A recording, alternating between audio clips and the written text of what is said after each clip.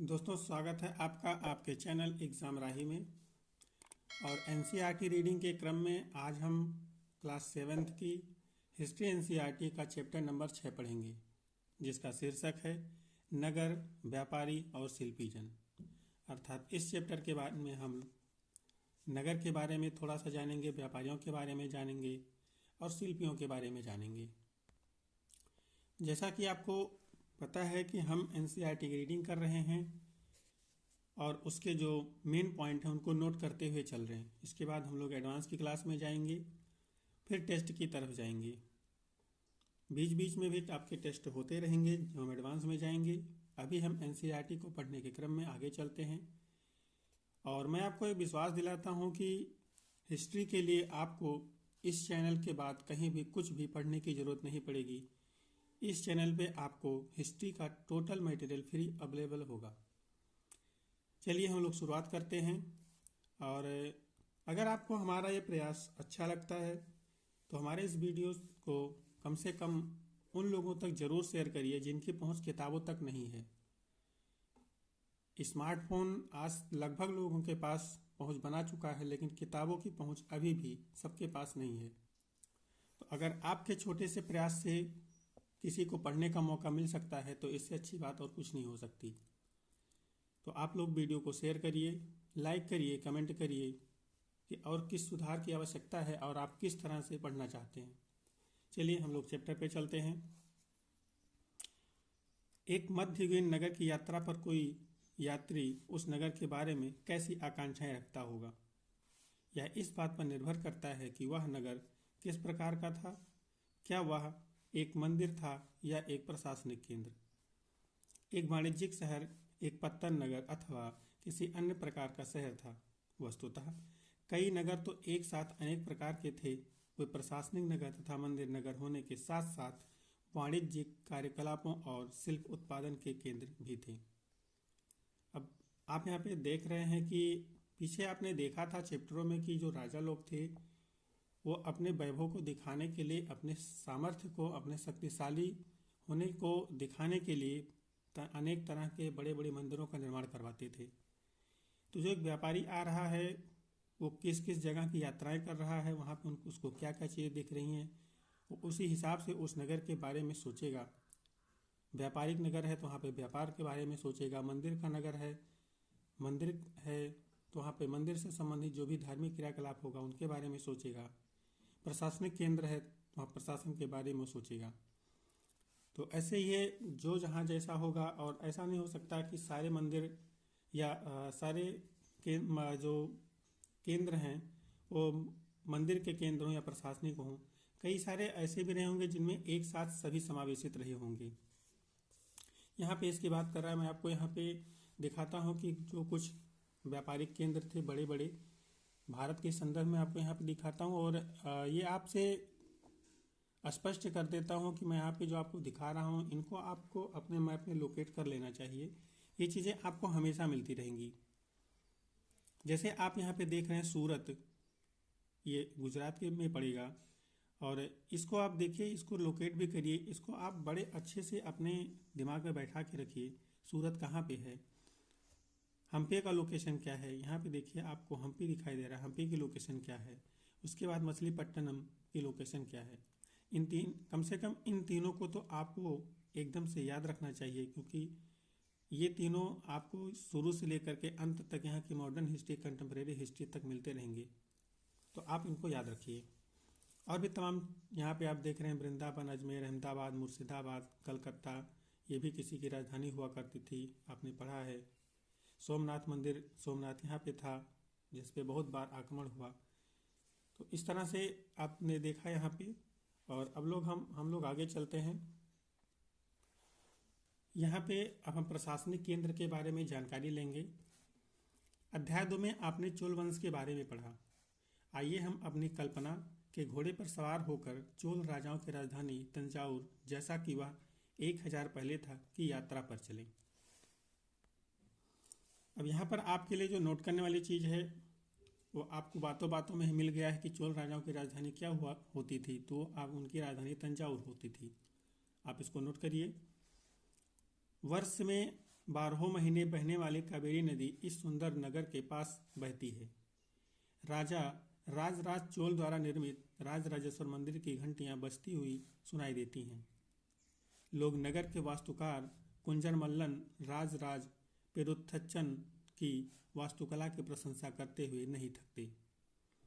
हमें वास्तुकार का नाम इसलिए पता है क्योंकि उसने गर्व से अपने नाम को मंदिर की दीवार पर उत्कीर्ण किया। मंदिर के भीतर एक विशाल शिवलिंग स्थापित है। अब आपने देखा यहाँ पे जो राजराजेश्वर मंदिर है वो भगवान शिव को समर्पित है। ये भी आपको बातों ही बातों में मिला। हम और आगे चलते हैं, अभी इसमें देखते हैं कि वहाँ का जो राजधानी था वो किस तरीके से थी।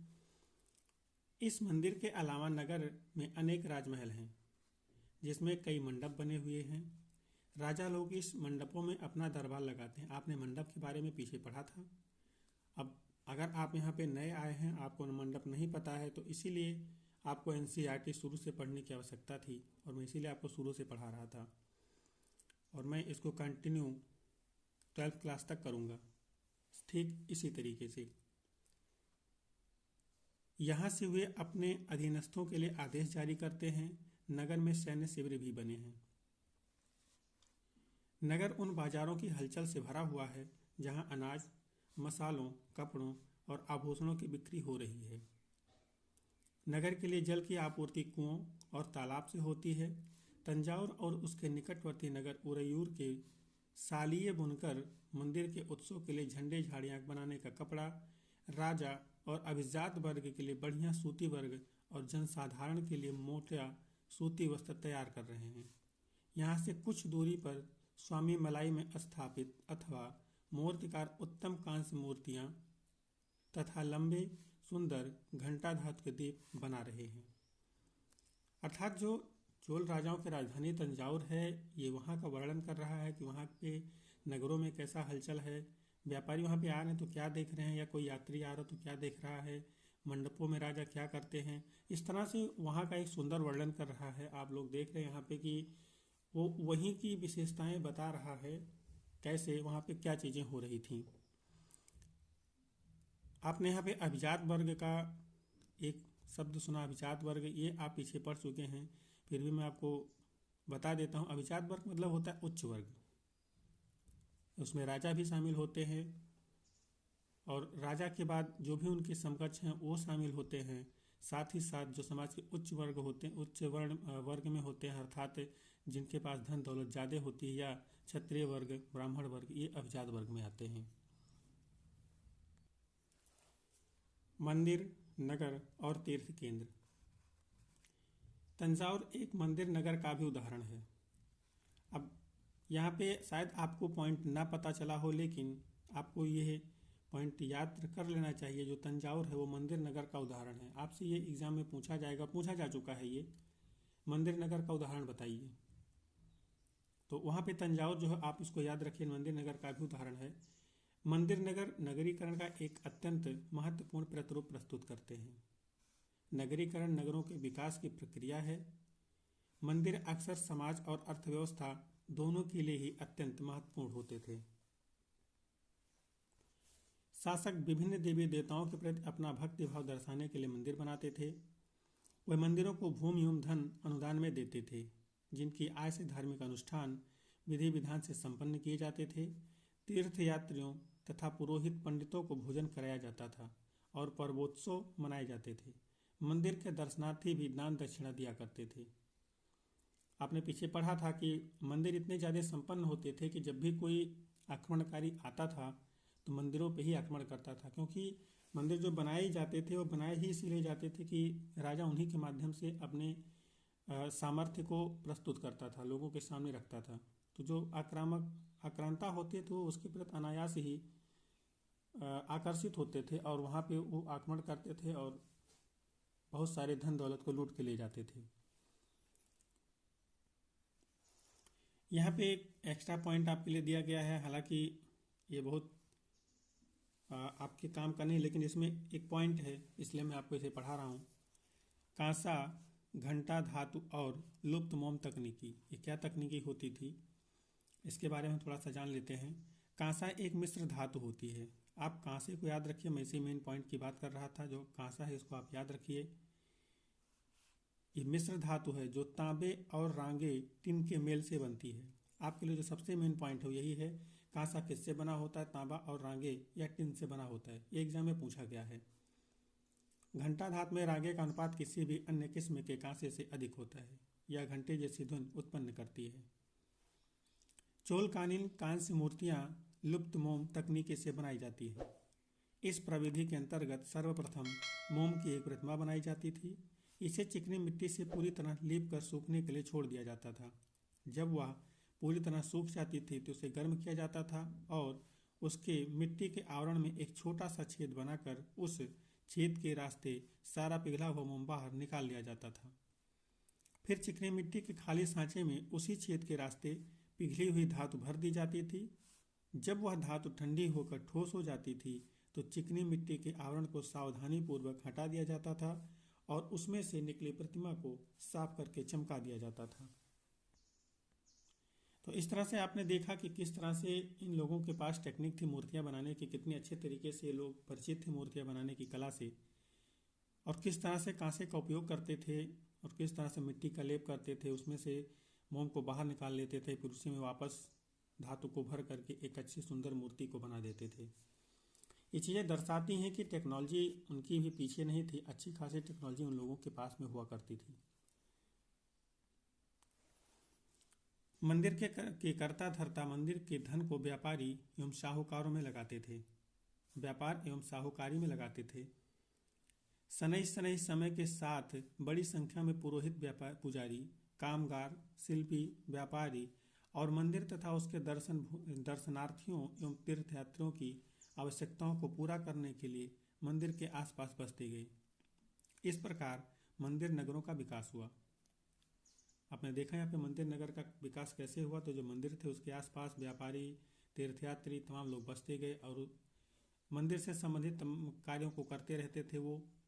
और इस तरह धीरे धीरे जो वहाँ पे आसपास में जनसंख्या बसी उसने धीरे धीरे एक रूप लिया जिसे मंदिर नगर का नाम दिया गया। इसी रीत से मंदिरों के चारों ओर अनेक नगरों का आविर्भाव हुआ। जैसे मध्य प्रदेश में भिल्ल स्वामिन भीलसा या विदिशा मंदिर और गुजरात में सोमनाथ। अब आपसे अगर कभी मंदिर नगर का उदाहरण पूछा जाता है तो आप भिल्ल स्वामिन और गुजरात का सोमनाथ इसका नाम ले सकते हैं। कुछ अन्य महत्वपूर्ण मंदिर नगर तमिलनाडु में कांचीपुरम तथा मदुरई और आंध्र प्रदेश में तिरुपति हैं। मैंने आपसे पीछे भी आपके लिए ये पॉइंट आया था एक बार, मंदिर नगर मैंने वहाँ पे आपको बताया था। यहाँ पे आपको देखिए कई नाम और मिल गए, आप इनको नोट कर लीजिएगा, ये आपके एग्जाम में कभी काम आएंगे। तीर्थ स्थल भी धीरे धीरे नगरों के रूप में विकसित हो गए। वृंदावन जो कि उत्तर प्रदेश में है और तिरुवन्नमलाई जो कि तमिलनाडु में है, ऐसे नगरों के दो उदाहरण हैं। अजमेर जो कि राजस्थान में है, 12वीं शताब्दी में चौहान राजाओं की राजधानी था और आगे चलकर मुगलों के शासन में खूब सूबा मुख्यालय बन गया। अब यहाँ पे आपके लिए चलते फिरते ही एक जो पॉइंट मिला वो ये था, जो अजमेर राजस्थान है जो कि राजस्थान में है, ये चौहानों की राजधानी हुआ करती थी। ये आपके लिए पॉइंट मिला और मुगल काल में ये सूबा मुख्यालय बना। यह नगर धार्मिक सह अस्तित्व का एक उत्कृष्ट उदाहरण प्रस्तुत करता है। प्रसिद्ध सूफी संत ख्वाजा मोइनुद्दीन चिश्ती यहाँ 12वीं शताब्दी में बस गए थे। अब ये क्वेश्चन आपसे पूछा गया है, जो ख्वाजा मोइनुद्दीन चिश्ती हैं इनकी दरगाह कहाँ पे है। तो मैं आपको बता दूं, जो ये इनकी दरगाह है वो अजमेर में ही है। अजमेर की ही बात कर रहा है, वहाँ पे जाके बस गए थे और ये चौहानों की राजधानी थी। मुगल काल में सूबा बना, मुख्यालय बना और यहीं पे सूफी संत ख्वाजा मोइनुद्दीन चिश्ती बसे थे और यहीं पे इनकी मजार भी है। बस गए थे और उनके दर्शनार्थी एवं श्रद्धालु सभी पंथों मतों के हुआ करते थे। अजमेर के पास ही पुष्कर सरोवर है जहाँ प्राचीन काल से तीर्थयात्री आते रहे हैं। कहने का तात्पर्य है, जो ख्वाजा मोइनुद्दीन चिश्ती हैं, जो इनके अनुयायी हुआ करते थे, इनके जो शिष्य हुआ करते थे, उसमें धर्म का कोई आप कह सकते हैं कि बाउंडेशन नहीं था कि मैं जिस धर्म से हूँ उसी धर्म के लोग सिर्फ यहाँ पे आ सकते हैं या हमसे बात कर सकते हैं या हमारी शिक्षा ग्रहण कर सकते हैं। ऐसा नहीं था। उनके पास कोई भी जा सकता था, किसी भी धर्म का हो, किसी भी समुदाय का हो, कोई भी मत मानता हो, कोई भी पंथ का पालन करता हो, वो सब इनके पास जा सकते थे और उनके शिष्य हो सकते थे। छोटे नगरों का संजाल, संजाल मतलब जाल ही होता है। एक अच्छा वर्ड इसको नाम दे दिया गया, अच्छा वर्ड बना दिया गया, बस संजाल जाल ही है।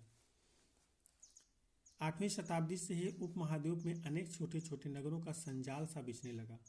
संभवतः उनका प्रादुर्भाव बड़े बड़े गांव से हुआ था। उनमें आमतौर पर एक मंडपिका, बाद में जिसे मंडी कहा जाने लगा, होती थी, जहां आसपास के गांव वाले अपनी उपज बेचने के लिए लाते थे। उनमें ऐसी गलियां थीं जहां दुकानें एवं बाजार थे जिन्हें हट कहा जाता था। मतलब दुकान और बाजारों को हट या हाट, आज भी देखिए आप बाजारों को कई जगह हाट कहा जाता है और ये इसका एक कह सकते हैं विकृत रूप हो जाता है। हाट हट एक अच्छा मतलब आप संस्कृत शब्द कह सकते हैं कि है, और जो हाट है इसका विकृत रूप हो जाता है। तद्भुत तत्सम के संदर्भ में आप इसको ले सकते हैं। इसके अलावा भिन्न भिन्न प्रकार के कारीगरों तथा शिल्पियों जैसे कुम्हारों, तेलियों, शक्कर बनाने वालों, ताड़ी बनाने वालों, सुनारों, लोहारों, पत्थर तोड़ने वालों आदि के अलग अलग बाजार थे। कुछ व्यापारी तो नगर में अस्थायी रूप से बसकर अपना कारोबार करते थे, जबकि कुछ अन्य व्यापारी नगर नगर घूमकर क्रय विक्रय करते थे। आसपास और दूर दराज के व्यापारी इन नगरों में स्थानीय उपज खरीदने और दूरवर्ती स्थानों के उत्पाद जैसे घोड़े, नमक, कपूर, केसर, पान सुपारी और काली मिर्च जैसे मसाले बेचने के लिए आते थे। आपने इस तरह की चीज़ें, जो भी इस नगर के बारे में, जो भी संजाल के बारे में यहाँ पे बताया जा रहा है, इसके बारे में आपने आज के समय में भी अनुभव किया होगा। मार्केट कहाँ से होती हैं, वहाँ पे क्या क्या चीज़ें होती हैं, ये चीज़ें कोई नई नहीं है, बस आपको बताई जा रही हैं कि जो आज है वही तब भी हुआ करता था, बस थोड़े से रूप परिवर्तन है। तो इसमें बहुत ज़्यादा कुछ आपके लिए नोट करने जैसा नहीं है। और ये आपको पुराने समय का एक मार्केट दिखाया गया है। आप देख सकते हैं कि ये एक मार्केट है, नगर है और नगर का ये मार्केट है।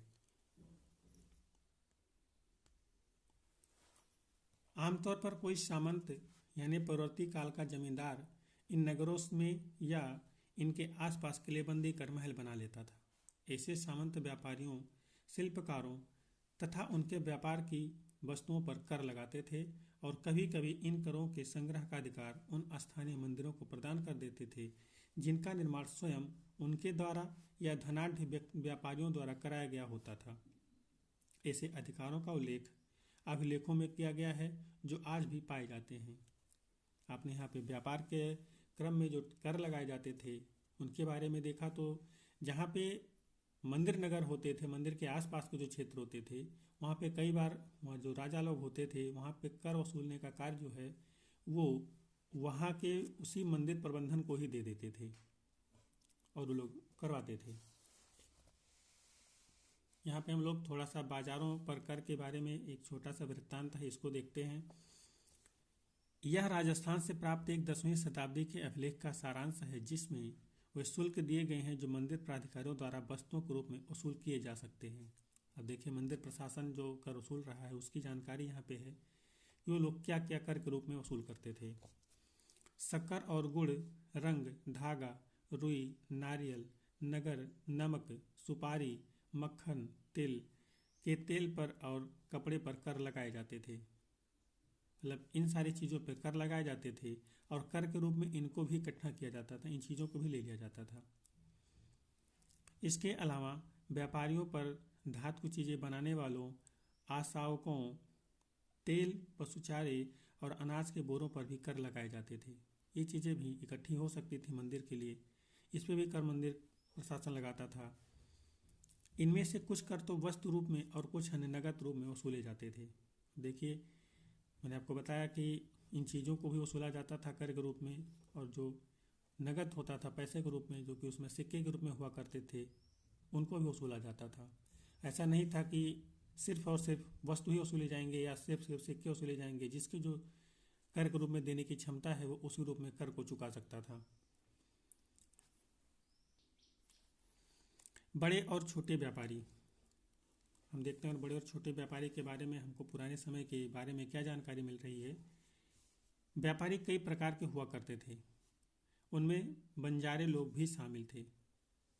कई व्यापारी, विशेष रूप से घोड़ों के व्यापारी, अपने संघ बनाते थे जिनका एक मुखिया होता था और वह मुखिया उनकी ओर से घोड़े खरीदने और इच्छुक योद्धाओं से बातचीत करता था।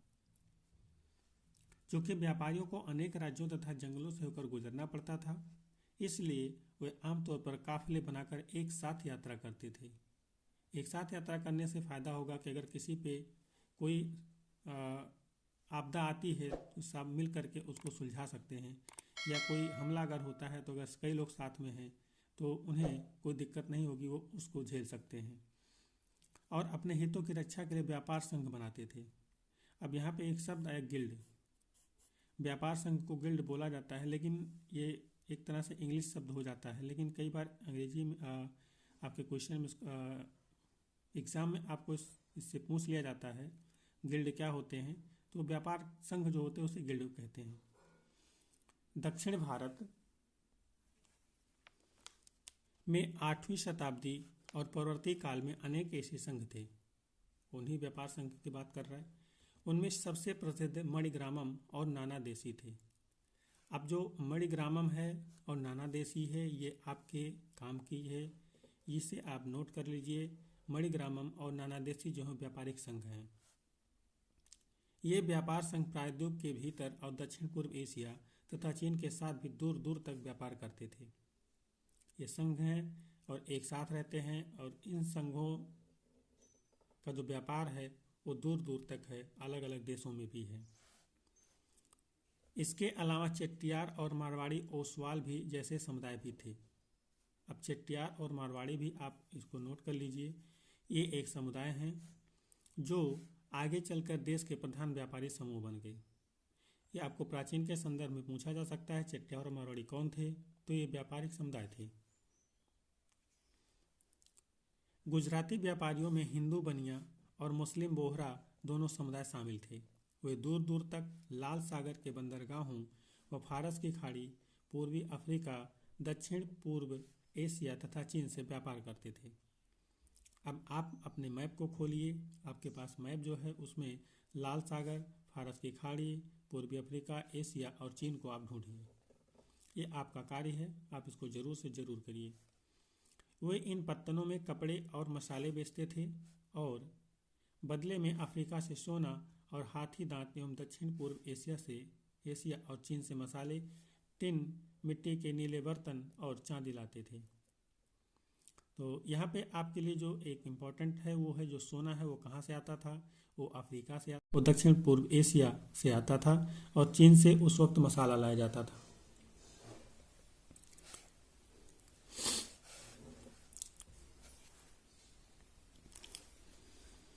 पश्चिमी तट के नगरों में अरबी, फारसी, चीनी, यहूदी और सीरियाई ईसाई बस गए थे। लाल सागर के बंदरगाहों में बेचे जाने वाले भारतीय मसाले और कपड़े इतालवी व्यापारियों द्वारा खरीदे जाते थे और वहां से वे उन्हें आगे यूरोपीय बाजारों में पहुंचाते थे। उनसे व्यापार में बहुत लाभ होता था। उष्ण कटिबंधीय जलवायु में उगाए जाने वाले मसाले, काली मिर्च, दालचीनी, जायफल, सौंठ आदि यूरोपीय व्यंजनों के महत्वपूर्ण अंग बन गए थे और भारतीय सूती कपड़ा बहुत लुभावना होता था। ये चीज़ें ही यूरोपीय व्यापारियों को भारत तक खींच लाईं। समय के साथ साथ व्यापार और नगरों का रूप किस प्रकार बदला, इसके बारे में हम शीघ्र आगे पढ़ेंगे। अब यहाँ पे आपने देखा कि किस तरह से व्यापार जो है वो आगे बढ़ रहा है, और आप देखेंगे जो मॉडर्न में पहुँचेंगे या आपने कहीं से पढ़ा हो तो जो भारत में विदेशी कंपनियां आई थीं या कह लीजिए विदेशी व्यापारी जो आए थे, खासकर ब्रिटेन के संदर्भ में, तो वो लोग यहाँ से मसाले ही ले गए थे और बाद में उन्होंने मसालों का ही व्यापार भारत में शुरू किया था और धीरे धीरे भारत के अलग अलग क्षेत्रों में काबिज हुए और भारत पे अपना शासन किया, भारत को गुलाम बनाया। यहाँ पे हम लोग काबुल के बारे में थोड़ी सी जानकारी ले लेते हैं। काबुल अपने पहाड़ी और विषम भू दृश्य के साथ 16वीं शताब्दी से राजनीतिक और वाणिज्यिक दृष्टि से महत्वपूर्ण बन गया। काबुल और कांधार सुप्रसिद्ध रेशम मार्ग से जुड़े हुए थे। साथ ही घोड़ों का व्यापार भी मुख्य रूप से इसी मार्ग से होता था। 17वीं शताब्दी में हीरो के एक सौदागर जॉन बेप्टिस्टे टैवर्नियर ने अनुमान लगाया था कि काबुल में घोड़ों का व्यापार प्रतिवर्ष 30,000 रुपयों का होता था, जो उन दिनों में एक भारी रकम समझी जाती थी। काबुल से मेवे, खजूर, गलीचे, रेशमी कपड़े और ताजे फल ऊँटों पर लाद कर लाए जाते थे और उपमहाद्वीप तथा अन्य भागों में बेचे जाते थे। इसके अलावा गुलाम भी बिक्री के लिए लाए जाते थे। आपने यहाँ पे काबुल के बारे में थोड़ा सा पढ़ा, और ये चीज़ें एनसीईआरटी पढ़ने रीडिंग के क्रम में मैं आप छोड़ के चल सकता हूँ, लेकिन मैं इसलिए भी नहीं छोड़ता हूँ क्योंकि ये चीज़ें आपके कहीं न कहीं आज के संदर्भ में काम आएंगी। किस तरह से ये नगर आज ही नहीं, इतने पुराने नगर हैं और आज भी अपने अस्तित्व को बनाए हुए हैं, और इनके जो केंद्र उस वक्त जिन चीज़ों के थे आज भी वो केंद्र हैं। ये आपको आपके आंसर राइटिंग के क्रम में बहुत ही हेल्प करेंगे। नगरों में शिल्प, हम लोग देखते हैं नगरों में जो शिल्प का कार्य हो रहा है वो कैसे हो रहा है। बीदर के शिल्पकार तांबे तथा चांदी से जड़ाई के काम के लिए इतने अधिक प्रसिद्ध थे कि इस शिल्प का नाम ही बीदरी पड़ गया। पांचाल अर्थात विश्वकर्मा समुदाय, जिसमें सुनार, कसेरे, लोहार, राजमिस्त्री और बढ़ई शामिल थे, मंदिरों के निर्माण के लिए आवश्यक थे। अर्थात इन सब का कार्य, जब मंदिर निर्माण होता था, इनमें उन सभी का कार्य लगता था, काम लगता था। इसके अलावा वे राजमहलों, बड़े बड़े भवनों, तालाबों और जलाशयों के निर्माण में भी अपनी महत्वपूर्ण भूमिका अदा करते थे। इसी प्रकार सालियार या कैकोलार जैसे बुनकर भी समृद्धशाली समुदाय बन गए थे और वे मंदिरों को भी भारी दान दिया करते थे। वस्त्र निर्माण से संबंधित कुछ अन्य कार्य जैसे कपास को साफ करना, कातना और रंगना भी स्वतंत्र व्यवसाय बन गए थे, जिनके लिए विशेषज्ञता की आवश्यकता होती थी। आपने देखा यहाँ पे कि नगरों में शिल्प का कार्य कैसे हो रहा है, बड़े बड़े महल कैसे बना रहे जा रहे हैं, जलाशय कैसे बनाए जा रहे हैं, उसमें कौन कौन से लोग अपना योगदान दे रहे हैं। आपने यहाँ पे देखा, यहाँ पे हम लोग देखते हैं शहरों को बदलते हुए भाग्य। कई शताब्दियों के लंबे समय में अहमदाबाद जैसे कुछ नगर बड़े व्यापारिक केंद्र के रूप में विकसित हो गए, लेकिन तंजावुर जैसे कुछ अन्य नगर पहले की अपेक्षा विस्तार तथा महत्व की दृष्टि से सिकुड़ गए। शायद कुछ वहाँ पे टेक्निकल चीज़ें कम हुई होंगी, जिसकी वजह से पिछड़ गए। इसी काल में पश्चिम बंगाल में भागीरथी नदी के तट पर स्थित मुर्शिदाबाद, अब आपको याद रखना चाहिए मुर्शिदाबाद कहाँ है, तो ये पश्चिम बंगाल में भागीरथी नदी के तट पर स्थित है। मुर्शिदाबाद रेशमी वस्त्रों के प्रमुख केंद्र के रूप में उभरा था।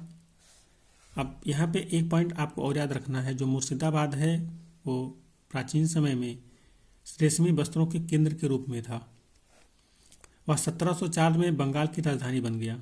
ये भी आपको याद रखना है कि जो मुर्शिदाबाद बंगाल की राजधानी कब बना था, तो 1704 में बना। लेकिन इसी शताब्दी के दौरान उसका सितारा डूब गया, क्योंकि वहाँ के बुनकर इंग्लैंड के मिलों से बनकर आए सस्ते कपड़ों के साथ प्रतियोगिता में टिक ना सके। आपने यही चीज़ देखा था, जब अंग्रेज या ब्रिटिश भारत में आए थे, तो जो वहाँ से वो अपने सामान लेके आते थे, यहाँ से कच्चा माल ले जा करके फिर वापस जो उस माल को बाजार में लेके आते थे, तो चूंकि यहाँ के लोगों के पास टेक्नोलॉजी कम थी, या कह सकते हैं कि हाथ से कार्य ज़्यादा होता था, मशीनें नहीं थी, तो इनके जो सामान होते थे महंगे पड़ते थे और वो वहाँ के सामानों के साथ टिक नहीं पाते थे, और धीरे धीरे इनका बाजार ख़त्म होता गया और ये शिल्पी भी धीरे धीरे ख़त्म होते चले गए। हम्पी, मसूलीपट्टनम और सूरत, हम यहाँ पे इन तीनों चीज़ों के बारे में थोड़ी थोड़ी सी जानकारी लेंगे। हम्पी की वास्तुकला का सौंदर्य, अब यहाँ पे आप हम्पी के बारे में पढ़ने जा रहे हैं, इसको आप बहुत अच्छे से ध्यान से पढ़िएगा। हम्पी नगर कृष्णा और तुंगभद्रा नदियों की घाटी में स्थित है। ये आप एकदम से नोट कर लीजिए, कृष्णा और तुंगभद्रा नदी के बीच में स्थित है। यह नगर 1336 में स्थापित विजयनगर साम्राज्य का केंद्र स्थल था। हम्पी के शानदार खंडारों से पता चलता है कि उस शहर की किलेबंदी उच्च कोटि की थी। किले की दीवारों के निर्माण में कहीं भी गारे चूने जैसे किसी भी जोड़े मसाले वाले मसाले का प्रयोग नहीं किया गया था और शिलाखंडों को आपस में फंसाकर गूंथा गया था। आपस में गूंथने का जो ये सिस्टम है, ये चीज़ें आज आप कहीं जब किसी ओवर ब्रिज का निर्माण हो रहा होता है तो वहाँ पे आप देख सकते हैं किस तरह से उसके साइड में पत्थरों को एक दूसरे से फंसा करके लगाया जाता है और उसमें किसी भी चूने या किसी और चीज़ का प्रयोग नहीं किया जाता उनको एक साथ रखने के लिए। उसी आपस में फंस जाते हैं और पूरी तरह से एक पुल को मजबूती प्रदान करते हैं। अब यहाँ पे हम लोग एक किलेबंदी हुई नगर के बारे में जानकारी लेते हैं जो कि एक हम्पी का वर्णन है। एक पुर्तगाली यात्री डोमिंगो पेज ने 16वीं शताब्दी में हम्पी नगर का वर्णन इस प्रकार किया है। हम लोग देखते हैं हम्पी नगर के बारे में। गोवा से आने वाले लोग जिस प्रवेश द्वार से गुजरते हैं उस द्वार के भीतर राजा ने एक अत्यंत सुदृढ़ प्राचीरबद्ध नगर बसा रखा है जो दीवारों और बुर्जों से सुरक्षित है। ये दीवारें अन्य नगरों की दीवारों जैसी नहीं हैं बल्कि बहुत मजबूत राजगिरी का ऐसा नमूना है जो अन्य भागों में बहुत कम देखने को मिलेगा। उसके भीतर उसी रीति से बनाए गए भवनों की अत्यंत सुंदर कतारें हैं जिनकी छतें सपाट चपटी हैं। आपने देखा कि जो हम्पी है वो किस तरह से अपनी शौर्य गाथा को गा रहा है और जो एक पुर्तगाली यात्री है वो किस तरह से उसका वर्णन कर रहा है। हम्पी की वास्तुकला विशिष्ट प्रकार की थी। वहाँ के शाही भवनों में भव्य मेहराब और गुंबद थे। मेहराब आपने पढ़ा हुआ है, गुंबद भी आप जानते हैं, मैंने आपको गुंबद भी बताया हुआ था। कई स्तंभों वाले कई विशाल कक्ष थे जिनमें मूर्तियों को रखने के लिए आले बने हुए थे। आले मतलब जहाँ पे मूर्तियों को रखने की एक जगह बनाई जाती है। जैसे आज के समय में आप दीवार में छोटे छोटे ईंट निकाल करके बना देते हैं सामान को रखने के लिए, ऐसे वहाँ पे बने होते थे। वहाँ सुनियोजित बाग बगीचे भी थे जिनमें कमल और टोंडों की आकृति वाले मूर्ति कला के नमूने थे। 15वीं 16वीं शताब्दियों में के अपने समृद्ध काल में हम्पी कई वाणिज्यिक और सांस्कृतिक गतिविधियों से गुंजायमान रहा था। उन दिनों हम्पी के बाजारों में मूरों, चेट्टियों और पुर्तगालियों जैसे यूरोपीय व्यापारियों के एजेंटों का जमघट लगा रह जाता था। अब यहाँ पे जो मूरो शब्द आया है अर्थात मूर शब्द आया है, ये मुस्लिम सौदागरों के लिए प्रयोग होता है जिनका एक संघ होता था, उन्हें मूर कहते थे। मुस्लिम सौदागरों का जो एक संघ होता था या समूह होता था उसे मूर कहा जाता था। ये आप नोट कर लीजिए।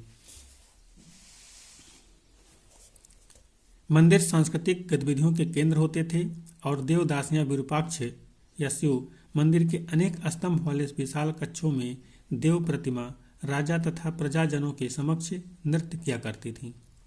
महानवमी पर्व जो आज दक्षिण में नवरात्रि पर्व कहलाता है, उन दिनों हम्पी में एक अत्यंत महत्वपूर्ण पर्व माना जाता है। पुरातत्वविदों को ने उस महानवमी मंच को खोज निकाला है जहां राजा अपने अतिथियों का स्वागत सत्कार करता था और अधीनस्थ व्यक्तियों से नजराने उपहार लिया करता था। वहीं विराजमान होकर राजा नृत्य एवं संगीत तथा मल्लयुद्ध के कार्यक्रम भी देखता था। 1565 में दक्कनी सुल्तानों गोलकुंडा, बीजापुर, अहमदनगर, बरार और बीदर के शासकों के हाथों विजयनगर की पराजय के बाद हम्पी का विनाश हो गया। अर्थात जैसे ही विजयनगर पराजित हुआ, हम्पी जो है वो अपने सौंदर्यता को खो दिया और उसका एक तरह से आप कह सकते हैं कि पतन हो गया। सूरत पश्चिम का प्रवेश द्वार, अर्थात सूरत का पश्चिम द्वार किस तरीके से आपने पीछे भी देखा था, वहाँ पे आया था इसके प्रवेश द्वार जब एक यात्री वर्णन कर रहा था। तो यहाँ पे हम इसके बारे में थोड़ा सा और देखते हैं। अब सूरत मुगल काल में कैबे, आज के खंबात और कुछ समय बाद के अहमदाबाद के साथ साथ गुजरात में पश्चिमी व्यापार का वाणिज्यिक केंद्र बन गया। वाणिज्यिक केंद्र का मतलब होता है वह स्थान जहाँ विभिन्न उत्पादन केंद्र से सामान आता है और खरीदा बेचा जाता है। सूरत ओरमुज की खाड़ी से होकर पश्चिमी एशिया के साथ व्यापार करने के लिए मुख्य द्वार था। सूरत को मक्का का प्रस्थान द्वार भी कहा जाता था क्योंकि बहुत से हज यात्री जहाज से यहीं से रवाना होते थे। अब आप यहाँ पे देखिए, जो मक्का का प्रवेश द्वार है वो कहाँ किसे कहा जाता है, तो सूरत को कहा जाता है। सूरत एक सर्वदेशीय नगर था जहाँ सभी जातियों और धर्मों के लोग रहते थे। 17वीं शताब्दी में वहाँ पुर्तगालियों, डचों और अंग्रेजों के कारखाने एवं माल गोदाम थे। अंग्रेज इतिहासकार ओविंगटन ने 1689 में सूरत बंदरगाह का वर्णन करते हुए लिखा है कि किसी भी एक वक्त पर भिन्न भिन्न देशों के औसतन 100 जहाज इस बंदरगाह पर लंगर डाले खड़े देखे जा सकते थे। आप देख सकते हैं कि ये जो सूरत है कितनी पॉपुलर है, कितना बड़ा व्यापारी केंद्र है। यहाँ पे एक साथ इतने सारे जहाज देखे जा रहे खड़े हुए हैं। सूरत में ऐसी अनेक दुकानें थीं जो सूती कपड़ा, थोक और फुटकर कीमतों पर बेचती थीं। सूरत के वस्त्र अपने सुनहरे गोटा किनारियों के लिए प्रसिद्ध थे। जरी, गोटा किनारी मतलब जरी कहा जाता था, और उनके लिए पश्चिम एशिया, अफ्रीका और यूरोप में बाजार उपलब्ध थे। राज्य ने विश्व के सभी भागों से नगर में आने वाले लोगों की आवश्यकताओं को पूरा करने के लिए अनेक विश्राम गृह बना रखे थे। वहाँ भव्य भवन और असंख्य मनोरंजक स्थल थे। सूरत में काठियावाड़ी सेठों तथा महाजनों की बड़ी बड़ी साहूकारी कंपनियां थीं। उल्लेखनीय है कि सूरत ने से जारी की गई हुंडियों को दूर दूर तक मिस्र में काहिरा, इराक और बसरा और बेल्जियम में एंटवर्प के बाजारों में मान्यता प्राप्त थी। जो हुंडी हुआ करते थे ये एक तरह से एक दस्तावेज हुआ करते थे, जो कहीं पे एक व्यक्ति किसी व्यापारी के पास में अपने व्यापार के लिए रकम जमा कराता था, पैसे जमा कराता था, तो व्यापारी उसके बदले उसे एक कागज़ बना के देता था, दस्तावेज बना के देता था। तो वो दस्तावेज में लिखा होता था कि कितना रुपया इन्होंने हमारे पास जमा कराया है।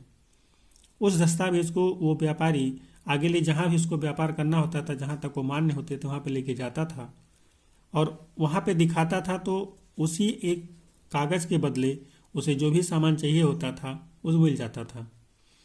अब हुंडी इसलिए ऐसा हुआ क्योंकि अगर व्यापारी अपने साथ बहुत सारा पैसा लेके जाएगा तो लूट मार का डर रहता था, लेकिन जो हुंडी जारी करते थे वो अपने आप में शक्तिशाली लोग हुआ करते थे, तो वो बाद में पैसों को इधर उधर कर लिया करते थे।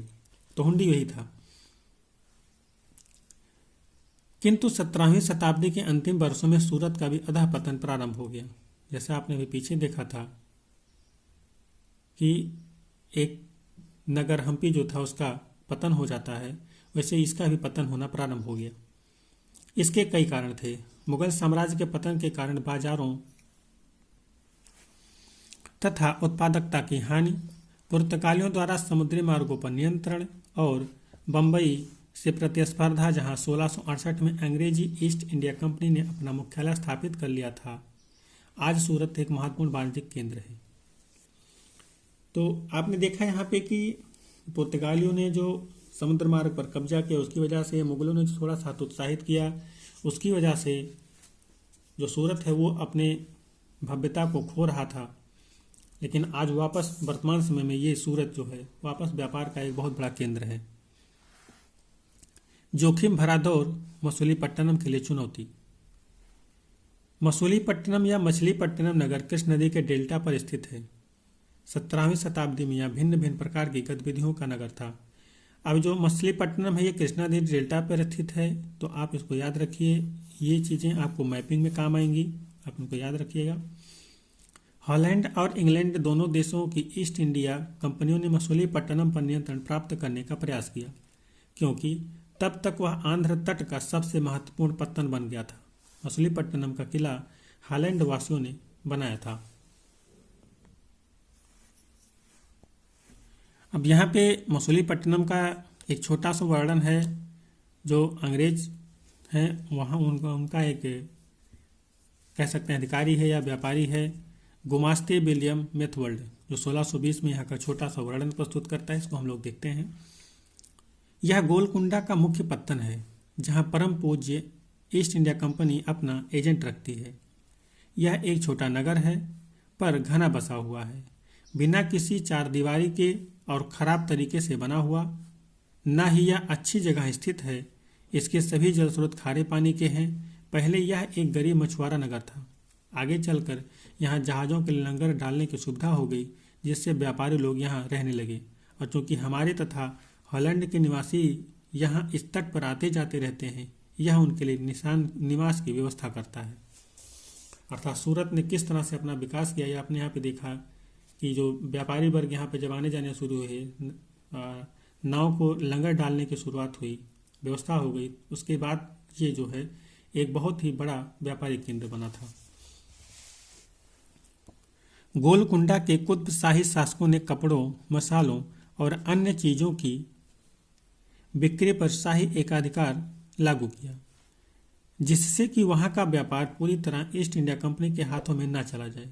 विभिन्न व्यापारी समूहों, गोलकुंडा के कुलीन वर्गों, फारसी सौदागरों, तेलुगु कोमती चेट्टियार और यूरोपीय व्यापारियों ने नगर को घनी आबादी वाला और समृद्धशाली बना दिया। जब मुगलों ने गोलकुंडा तक अपनी शक्ति बढ़ा ली तो उनके प्रतिनिधि सूबेदार मीर जुमला ने, जो कि स्वयं एक सौदागर था, हॉलैंड वासियों और अंग्रेजों को आपस में भिड़वाना शुरू कर दिया। 1686-87 में मुगल बादशाह औरंगजेब ने गोलकुंडा को मुगल साम्राज्य में मिला लिया।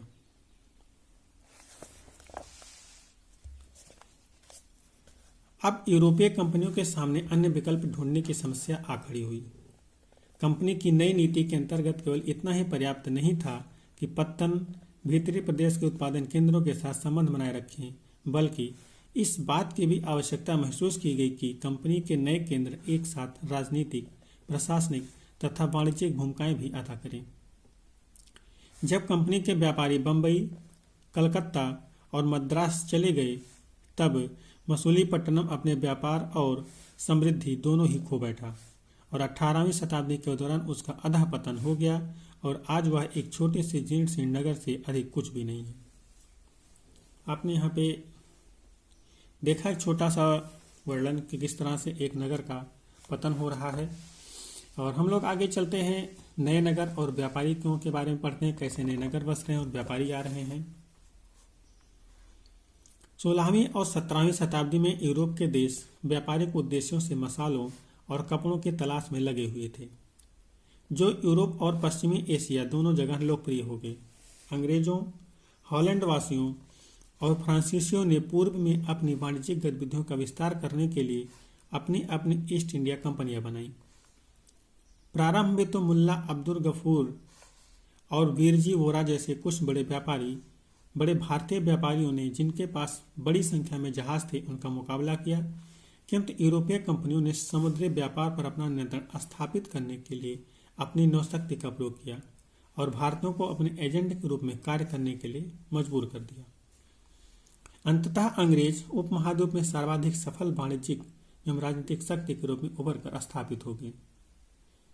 आपने इसको कहीं शायद कभी पढ़ा हो या नहीं पढ़ा हो कि जो भारत के व्यापारी, भारत के शिल्पी, इन सब की जो बहुत दुर्दशा हुई तो इसी कारण से हुई थी कि जो ब्रिटेन वासी थे और जो तमाम व्यापारी आते थे, खासकर ब्रिटेन के संदर्भ में, उनका जो माल होते थे, कच्चे माल होते थे, उनके देश में पक्के माल के रूप में जब भारत में आते थे तो ये यहाँ के जो व्यापारी थे या जो शिल्पकार थे, इनके जो सामान होते थे उनकी अपेक्षा महंगे होते थे, क्योंकि वो टेक्नोलॉजी का प्रयोग करते थे और यहाँ के जो लोग थे वो अपने हाथों से बनाते थे, तो इन्हें उस सामान को महंगे दामों पे बेचना पड़ता था और अंग्रेज उसी सामान को टेक्नोलॉजी के सहारे कम दामों पे बेचते थे, जिससे यहाँ का जो कारोबार था वो खत्म हो गया था। ऐसे ही जो ये लोग समुद्र के रास्ते व्यापार करते थे तो उसमें भी जब उनका समुद्र रास्ते पे एकाधिकार हो गया तो वहाँ से भी व्यापार बंद हो गए, जिसके कारण आप कह सकते हैं कि जो भारत का व्यापार है वो एक तरह से चौपट हो गया। वस्त्रों जैसी वस्तुओं की मांग में तेजी आ जाने से अधिकाधिक लोगों ने कताई, बुनाई, धुलाई, रंगाई आदि का धंधा अपना लिया। इससे इन शिल्पों का बहुत विस्तार हुआ।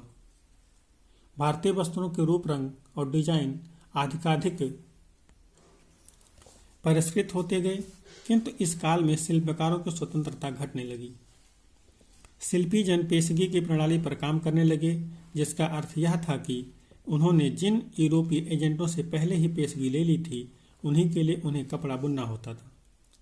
पेशगी का अर्थात हो सकता है आज के संदर्भ में आप कह सकते हैं बयाना, या पहले से ही एक धनराशि दे दी जाती है बुकिंग के तौर पे। जैसे आज के समय आप कोई सामान लेने जाते हैं, उसकी उपलब्धता कम होती है तो आप पहले ही उस व्यापारी को कुछ पैसे दे आते हैं, जिससे ये कन्फर्म हो जाता है कि आप सामान को लेने वाले हैं, तो आपका नाम नोट कर लेता है और जैसे उसके पास सामान आता है आपको बुला के वो दे देता है।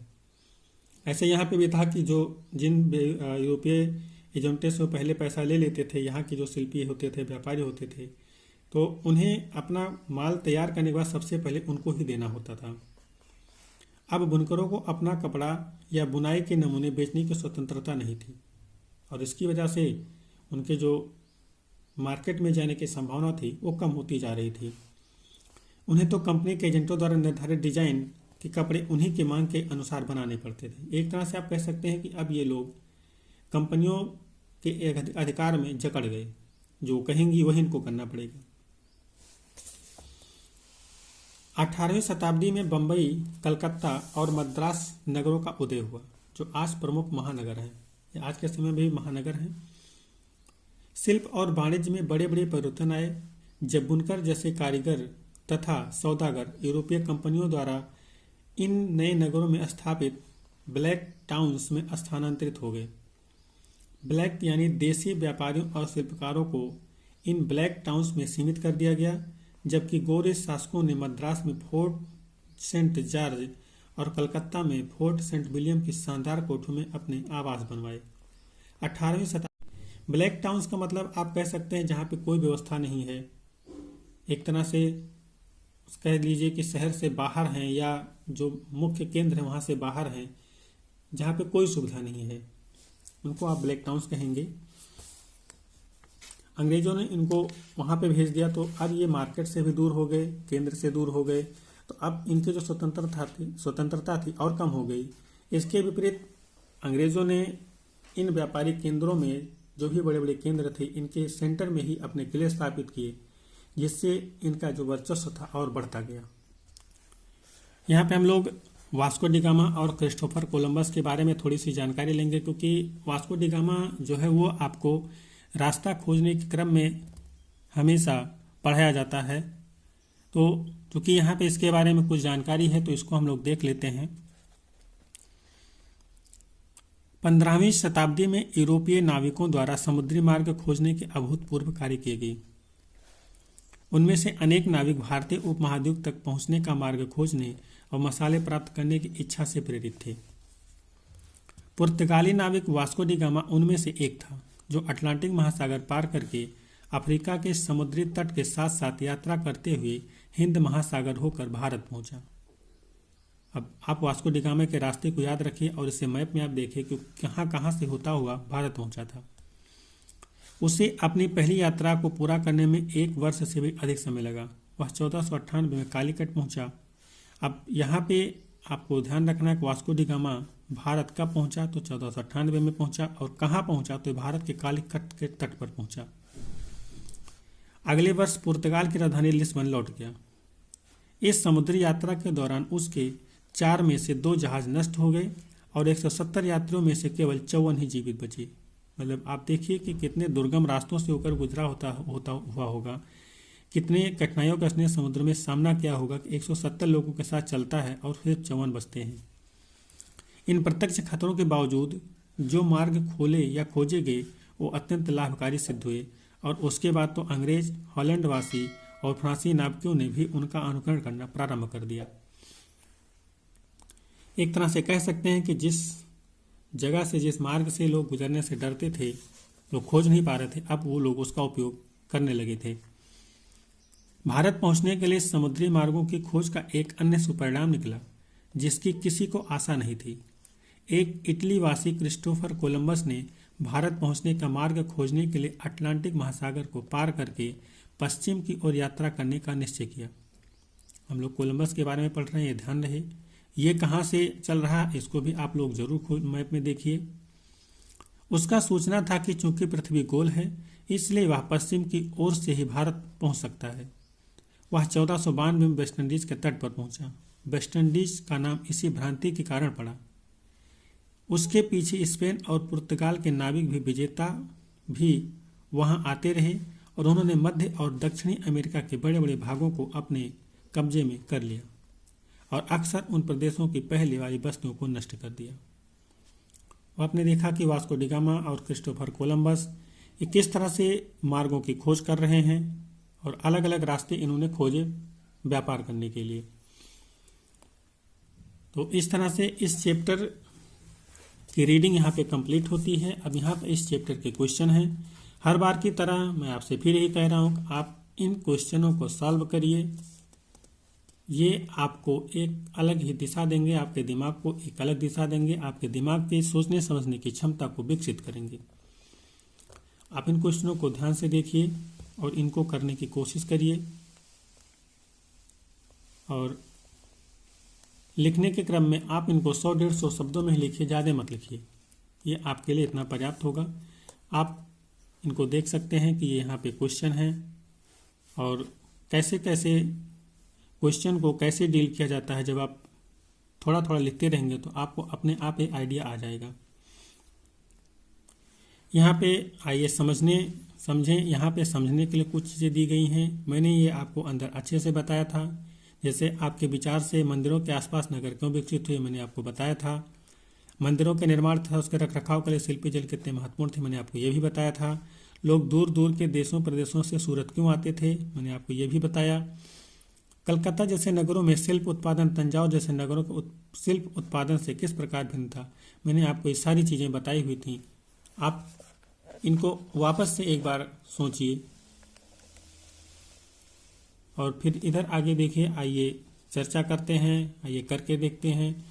ये चीज़ें यहाँ पे आप देख रहे हैं। तो इस तरह से हमारा ये चैप्टर यहाँ पे ख़त्म होता है और आप लोग इसको अच्छे से पढ़ते रहिए और जो भी पॉइंट्स नोट करते हुए चल रहे हैं, जो भी चीज़ें हम लोग करते चल रहे हैं, बताते चलें, उसको अभी से अभी याद करते चलिए। तो चलिए, इस आशा के साथ कि आप लोग हमारी बातों से सहमत होंगे और अपने पढ़ाई को इसी वे में बनाए रखे होंगे जैसा मैं आपको बता रहा हूँ, खासकर इतिहास के संदर्भ में। तो अगर आपको वीडियो पसंद आ रहा है तो आपसे वही निवेदन है कि आप लोग इस क्लास को शेयर करिए, कम से कम जिनके पास किताब नहीं उन तक शेयर करिए और चैनल को सब्सक्राइब कर लीजिए, जिससे हमारे आने वाले वीडियोस आपके पास पहुंचते रहें, आपको नोटिफिकेशन मिलता रहे। और क्लास के साथ ही चलिए, क्लास के साथ कंटिन्यू बने रहिए। अगर आप कंटिन्यू नहीं रहेंगे तो जब ढेर सारी क्लास एक साथ हो जाएंगे तो आप क्लास करने में आपको दिक्कत होगी। तो इसी आशा के साथ कि आप अपनी पढ़ाई में निरंतर बने रहेंगे। मिलते हैं अगले वीडियो में, तब तक के लिए जय हिंद।